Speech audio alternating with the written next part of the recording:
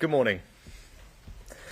Last week, yet again, Labour peers in the House of Lords contrived to stop the Safety of Rwanda bill. For almost 2 years, our opponents have used every trick in the book to block flights and keep the boats coming. But enough is enough. No more prevarication, no more delay. Parliament would sit there tonight and vote no matter how late it goes. No ifs, no buts. These flights are going to Rwanda. We are going to deliver this indispensable deterrent so that we finally break the business model of the criminal gangs and save lives. Starting from the moment that the bill passes, we will begin the process of removing those identified for the first flight. We have prepared for this moment. To detain people while we prepare to remove them, we've increased detention spaces to 2,200. To quickly process claims, we've got 200 trained, dedicated caseworkers ready and waiting. To deal with any legal cases quickly and decisively, the judiciary have made available 25 courtrooms and identified 150 judges who could provide over 5,000 sitting days. The Strasbourg Court have amended their Rule 39 procedures in line with the tests set out in our Illegal Migration Act, and we've put beyond all doubt that ministers can disregard these injunctions with clear guidance that if they decide to do so, civil servants must deliver that instruction. And most importantly, once the processing is complete, we will physically remove people. And to do that, I can confirm that we've put an airfield on standby, booked commercial charter planes for specific slots, and we have 500 highly trained individuals ready to escort illegal migrants all the way to Rwanda, with 300 more trained in the coming weeks. This is one of the most complex operational endeavours the Home Office has carried out. But we are ready, plans are in place, and these flights will go come what may. No foreign court will stop us from getting flights off. Rwanda is ready too, and I'd like to thank the government of Rwanda for their work in strengthening their asylum system, passing legislation, and setting up a new appeals tribunal. The next few weeks will be about action. But whilst I'm conscious people want deeds, not words, I'm not going to outline now exactly what will happen when. And there are good operational reasons for this. There is a loud minority who will do anything to disrupt our plan, so we will not be giving away sensitive operational detail which could hinder all the progress made to date. Teams across government need to be able to get on and deliver without interference. They are working flat out to deliver this genuine game changer. The first flight will leave in 10 to 12 weeks. Now, of course, that is later than we wanted, but we have always been clear that processing will take time, and if Labour peers had not spent weeks holding up the bill in the House of Lords to try to block these flights altogether, we would have begun this process weeks ago. And the success of this deterrent doesn't rest on one flight alone. It rests on the relentless, continual process of successfully and permanently removing people to Rwanda with a regular rhythm of multiple flights every month over the summer and beyond until the boats are stopped. Now, I know there are some who will hear all of this and accuse me of lacking compassion, but the truth is the opposite. We are in a battle with callous, sophisticated and global criminal gangs who care nothing for the lives they risk in unseaworthy dinghies. 9 people have died already attempting to cross the Channel just this year, including a 7-year-old girl. That's why we've secured the largest ever deal with France to strengthen interceptions on the French coastline. And because a third of all arrivals were coming from Albania, we struck a deal that reduced illegal Albanian migrants by 90%. Taken together with doubling illegal working raids and returning 150 hotels back to our local communities, we got the number of small boat arrivals last year down by more than a third. The first time they had fallen since this phenomenon began, and at a time when European countries were seeing numbers rise exponentially. But these sophisticated gangs are changing tactics once again, as well as piling twice as many people into small dinghies and increasing violence against French police. They have shifted their attention towards vulnerable Vietnamese migrants. Vietnamese arrivals have increased tenfold and account for almost all the increase in small boat numbers we have seen this year. And just as we succeeded in reducing Albanian arrivals dramatically, so I'm confident we will do the same when it comes to the Vietnamese. President Macron and I have agreed to work with European partners on closing loopholes to enter Europe in the first place. The Home Office have signed a joint statement with the Vietnamese government committing to deepen our already very strong migration relationship. And just last week, officials from the government of Vietnam were at Western Jetfoil and Manston to observe border force operations on the front line as they continue to manage small boat arrivals. But we can't keep reacting to the changing tactics of these gangs. The truth is, we need innovative solutions to address what is a global migration crisis, to disrupt the business model of people smuggling gangs and save lives. And that means a systematic deterrent. The only way to stop the boats is to eliminate the incentive to come, by making it clear that if you arrive here illegally, you will not be able to stay. And this policy does exactly that. And be in no doubt about the choice that the country will face later this year. The Labour Party have no plan. They would have no treaty, no bill, and no flights to Rwanda. They are resigned to the idea that you will never fully solve this problem. Their priority is not stopping the boats, but stopping the planes removing people who have no right to be here. And that would achieve only one thing. It would send a message to the criminal gangs that they can continue their deplorable illegal trade in people. And my policy is different. I believe it should be this country and your government who decides who comes here, not criminal gangs. And I have a plan to deliver it.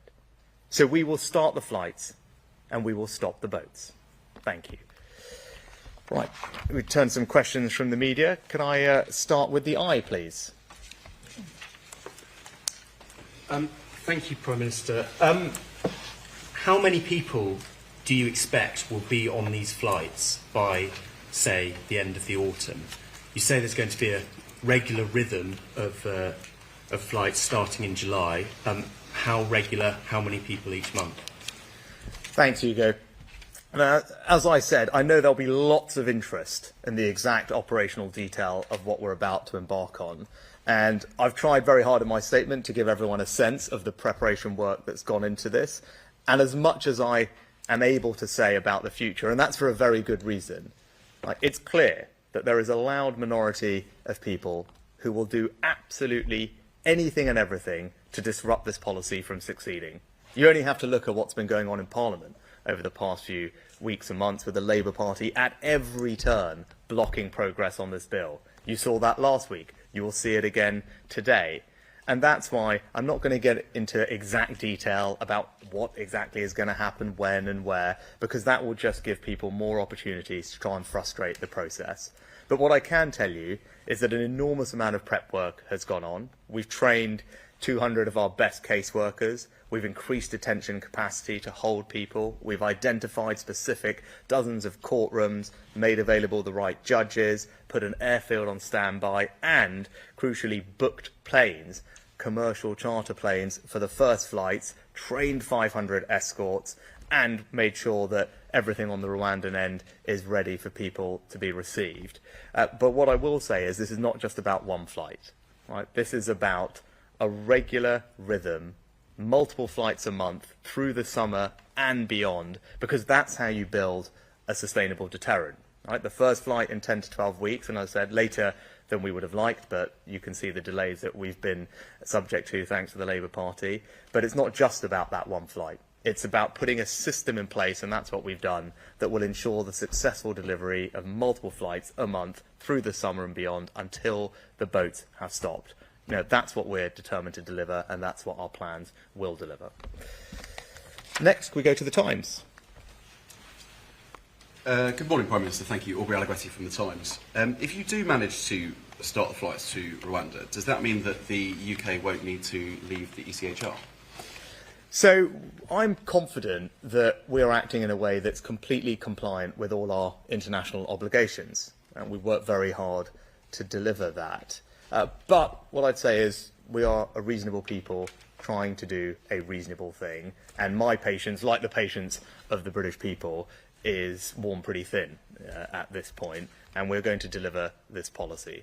And we've now not just worked very hard to do it in a compliant way, Parliament has also certified that, or will certify when this bill is passed, that Rwanda is safe. We've addressed all the concerns that have been raised with us from the Supreme Court and others. So at this point, now's the time for the flights to go. And I'm not going to let a foreign court, given all of that, block us from getting flights up and this deterrent up and running. You know, the bill contains a very specific power that makes it clear that it's for ministers to decide whether to comply with temporary Rule 39 orders. Now, we wouldn't have put that power in there unless I was prepared to use it. But what we have also done is amended the guidance for civil servants that make it crystal clear that if ministers do make that decision, that civil servants will implement that decision.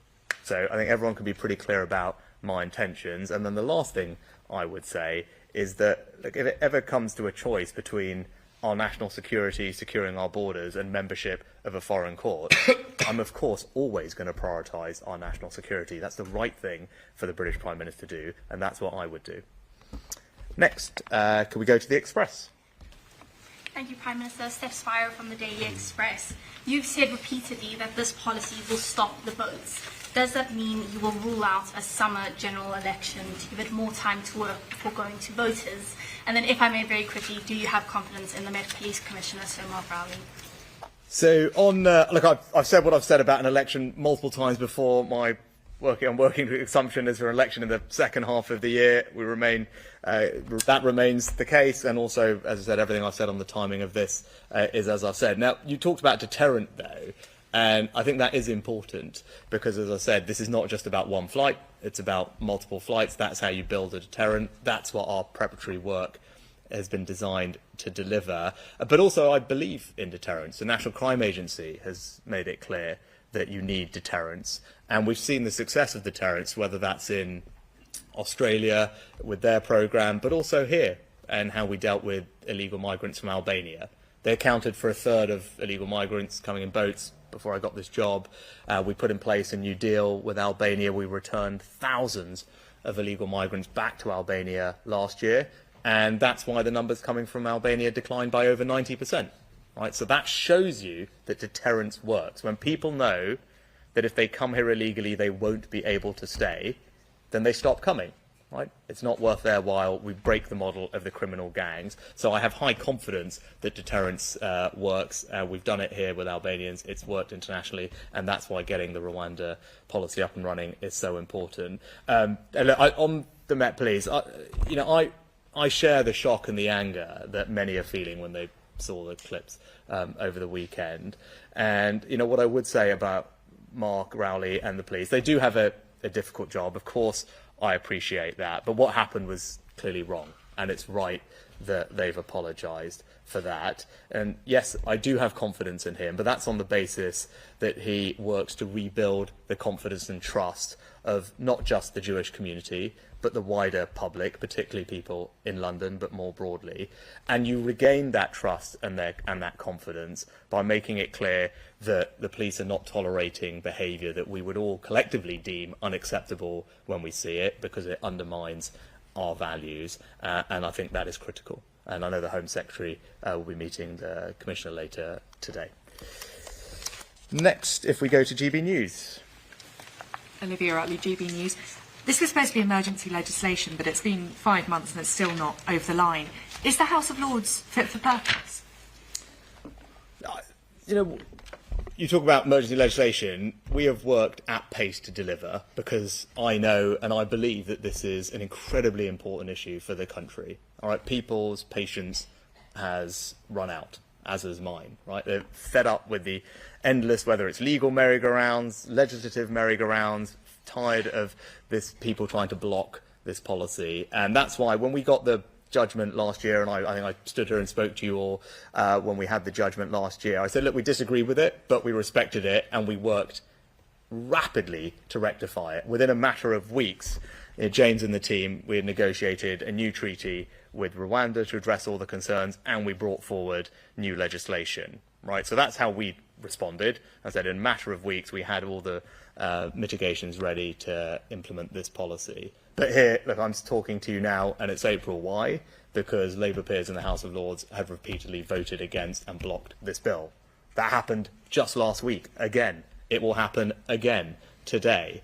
And I think it's crystal clear that the country believes this is a priority. I've been clear from the first day that I got this job that it's a priority for me to stop the boats. And that's why I'm talking to you today about all the prep work that has gone in behind the scenes, and why I'm confident about our delivery going forward. And I think, all the team are here, and we chaired the first meeting this morning of the Illegal Migration Operations Committee. Home Secretary stood up a Gold Command operation at the Home Office to deliver this. This is an incredibly complex operation, and I want people to be reassured that whilst the Lords have been taking their time to continually block this policy, we have been getting on, working hard to prepare to implement it. And that's what we discussed this morning, as I gave a hint of earlier in answer to a previous question. It is a complex process, but we have been doing everything you would expect us to do to be ready for this moment. Training caseworkers, building detention capacity, getting the judiciary and the courtrooms ready, training escorts, getting charter planes booked, getting an airfield ready, getting the guidance changed, working with the Rwandans, as the Deputy Foreign Secretary has done brilliantly, to make sure they are ready with their people all trained at their end, accommodation ready, asylum systems ready over there. You know, this is an enormously complex operation. We've been working very hard to deliver it, but as I said, people's patience has run thin, my patience has run thin. We want to get this done, and we want to get these planes off. Next, Sky News. Oh, thank you. Prime Minister, you hope to get the flights finally away in the summer. You state your reputation on this policy. Is this a moment of success for you when that bill passes? And do you have to remove thousands of asylum seekers before a general election to close the gap in the polls and regain voters' trust? Success is when the boats have been stopped. Right? That's what the country expects. That's what the government and I are committed to delivering. And yes, whilst 10 to 12 weeks from now is later than we wanted, as I've been talking about, the delay for that is crystal clear and obvious to everybody. You heard Labour peers blocking this time and time again last week, again today. But we've been preparing, and I won't rehash all the things that we've been doing. We've been preparing, we're ready, and we will implement this policy. And what I'd say is, I think people can have some confidence about my commitment to deliver this because of our record to date, right? And I remember when I got this job, there seemed to be this general sense that no one could do anything about this. Like, this is just something we had to live with. It was just a fact of modern life. The numbers had gone up every year, doubled, quadrupled over the past few years before I got this job. And I didn't think that was right, because this is fundamentally wrong. It's fundamentally unfair that people jump the queue, undermine our sense of fairness, and come here illegally, put pressure on services, and, by the way, risk their lives and are exploited by criminal gangs in the process. None of that is right. And I do think we can do something about it. And I think our record since I became PM is one where we can make a difference. We got the numbers down by 36% last year. For the first ever time, right? For the first ever time, the numbers were down, they were up in Europe. We are now on track to return 150 hotels back to local communities, right? That is fantastic. Communities across the country had seen their local hotel taken over to house illegal migrants. 150 of those returned back to their local communities. We've arrested almost 1,000 people connected with this trade, right? And there's something like over 300 or 400 years worth of jail sentences for those that have already been convicted. We've shut down 7,000 bank accounts. We've arrested thousands of people on illegal working raids. So all of that, the asylum backlog, which I said we would clear, we cleared it. We tripled the productivity of our caseworkers. We doubled the number that we hired. We processed more people last year than in the last 2 decades, right? So all of that should give people confidence that you can do something about this issue. Right? If you put your mind to it, you're prepared to go through all this detail and be bold when it comes to solutions like Rwanda, you can get a grip of this problem. Right? We're not there yet by any means, right? But the plan is working. Last year showed, and all those numbers I just gave you show that the plan is working, but we've got to finish the job. Right? We can't, as you saw this year, we've got this increase in Vietnamese. That's the new issue. Last year it was Albanians, or year before it was Albanians. We dealt with the Albanians. We will deal with illegal migrants from Vietnam. But we can't keep playing this whack-a-mole strategy, dealing with it in a piecemeal fashion. You need a systematic deterrent. That's why the Rwanda scheme is so important. That's why the team they're all here, because they've all been working very hard across government to get this up and running. It's not just about me. This is about the government collectively delivering for the British people on an issue that they care about. And I said the contrast when that election comes, and I won't go over this election thing all over again, other than to say there's a clear contrast to that election, right? We are a party, we are a government that cares about this issue because it's wrong. We fundamentally think illegal migration is wrong, it's unfair, it's dangerous, and the government is going to do something about it. We have a clear plan to do something about it. Yes, it's novel, I get that. Yes, it's radical, but that's what this situation demands, right? And our track record shows that we can deliver, and in spite of everyone trying to block us, the Labour Party at the front of that queue, right, we will get this done, and that is a choice at the next election. If you care about this issue and you want something done about it, then it's really only one party that's going to deliver that for you, because the Labour Party can't tell you at all what they would do about this issue. And worse than that, they have actively tried to frustrate us at every turn. I talked earlier about the 900 people that we've arrested, right, with the powers that we've passed. The Labour Party voted against that. Right? There's a very tangible difference. Right? Those are new powers that a Conservative government passed that have now led to the arrest of almost 1,000 people, sentenced to almost 500 years' worth of jail time. The Labour Party didn't just kind of, sit back. They literally voted against that. And that is helping us bring these numbers down and tackle this trade and save people's lives. And if it was up to them, all those people will be out on the streets continuing to ply this awful trade. Right? So that's the contrast when that general election comes. Right, next, Talk TV. Peter Cardwell, Talk TV. The Rwandan President, Paul Kagame, you met him recently. He has said that money could be returned if this scheme doesn't work. We know the Bwiza housing development, 70% of that housing development has been sold. It was originally meant to be from people who were sent to Rwanda. You've talked about the preparation a lot on the UK side. You've talked a little bit about the Rwandan side. How confident are you that even though the migrants might be on board, that the Rwandans still are? Yeah, so I met President Kagame just the other week when he was in London. We have a very good, close relationship, and we're very lucky. Our Deputy Foreign Secretary, Andrew, has a very long-standing relationship with the Rwandans and the Rwandan government, and has been crucial in making sure that we work well together. But to your point, Peter, that they're doing absolutely everything that is required to make sure that the scheme is successful. Just to give you a sense of that, they've got initial reception accommodation centres ready, Hope Hostel being the first one, and longer-term accommodation beyond that will provide accommodation for thousands. The Home Office have now helped to train, I think at last count, 69 different Rwandan asylum decision-makers. There are almost 40 Rwandan lawyers that are ready to provide extra legal assistance. Judges have also been trained. The co-presidents of the new appeal body in the treaty have already been selected, and the Joint Monitoring Committee has already been set up. So thanks to Andrew and the Home Office's work, I think we're in very good shape, actually, and Paul is completely committed to making this partnership work. Whenever we've needed something from them, when we've had to address concerns that have been raised by our courts, they've been willing to work with us. We've done it constructively and collaboratively. And I think the question you should ask, and Andrew spoke to this morning, is why? Why? Because Rwanda cares about tackling this issue, right? It has proudly already hosts more than 135,000 people seeking safety. They're as passionate as we are about ending this awful global illegal migration crisis. They've got a proud track record working with the UN for Libyan refugees, for example. And this is an opportunity for us to strengthen not just our economic relationship with them, but work together with them to help do something that many other countries, by the way, are looking at as a potential model. And many European countries, and I speak to lots of European leaders, all of them, right, know that illegal migration is a growing challenge. It's a global challenge. And together with Rwanda, we're on the forefront of demonstrating a new way to deal with this.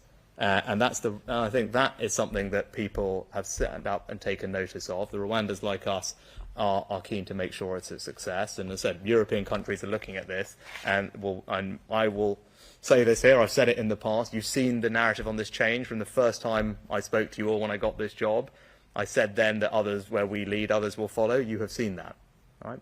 European countries all talking about third country partnerships, and that being one of the tools that you need to resolve this. This is novel, this is innovative, but it will be a game changer, and I'm grateful to the Rwandans and Andrew's work in particular in making sure they're absolutely ready to successfully implement the policy. And the last thing I would say, it's a really long answer, is the treaty, which we work very hard with, will be ratified, as we said, in the days right after the bill receives royal assent. That is all on track, and that is ready to go as well. And it's the treaty that deals with all the concerns that were raised by the Supreme Court, the Monitoring Committee, the extra set of judges, all of that, which Victoria can go through in detail. But all of that is done and ready to be ratified as soon as the bill passes.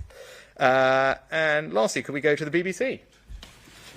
Thank you, Prime Minister. Chris Mason from BBC News. You're acknowledging explicitly today that your initial promise to get flights off to Rwanda this spring isn't going to happen. So there will be a scepticism about your capacity to deliver. Can you be certain that by the time of the general election you'll be able to prove that this policy is a deterrent?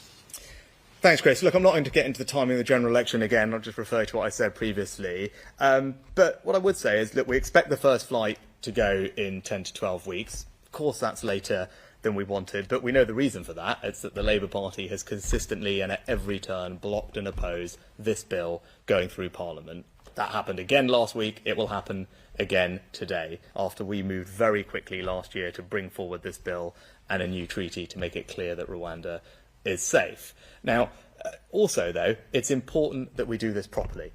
Right? There are going to be people, as we've seen, at every turn who try and oppose us and undermine us, and that's why we should prepare and implement this thoroughly. For example, we want to make sure that the quality of the decision-making is absolutely great, because in the past people have raised concerns with that and used that as an excuse to frustrate the policy. That's why it's important that we've trained people and we take the time to make those decisions very rigorously. But also, as I said, this isn't just about one flight, right? Yeah, could you rush and get one flight off? Maybe you could, but that's not the priority here. The priority is being able to deliver a regular rhythm, a drumbeat of multiple flights a month over the summer and beyond, because that's how you build a systematic deterrent, and that's how you will stop the boats. And that is a system that the team and I have worked very hard to put in place, and it's important that we take the time to get that right, to build the deterrent that we all want to see to stop the boats. And lastly, as I said previously, when people say, can people have confidence and trust, I'll just point you to what we've already achieved. Last year, for the first time, the number of small boat crossings down by 36%, 150 hotels being returned back to local communities in just a few weeks' time, thousands of people arrested, more raids, the backlog getting cleared, and all the preparation work that I've given you a sense of today should give people the confidence that we are ready, plans are in place, these planes will go. That's what I said we would deliver, and that's what we will deliver. Good. Thank you very much.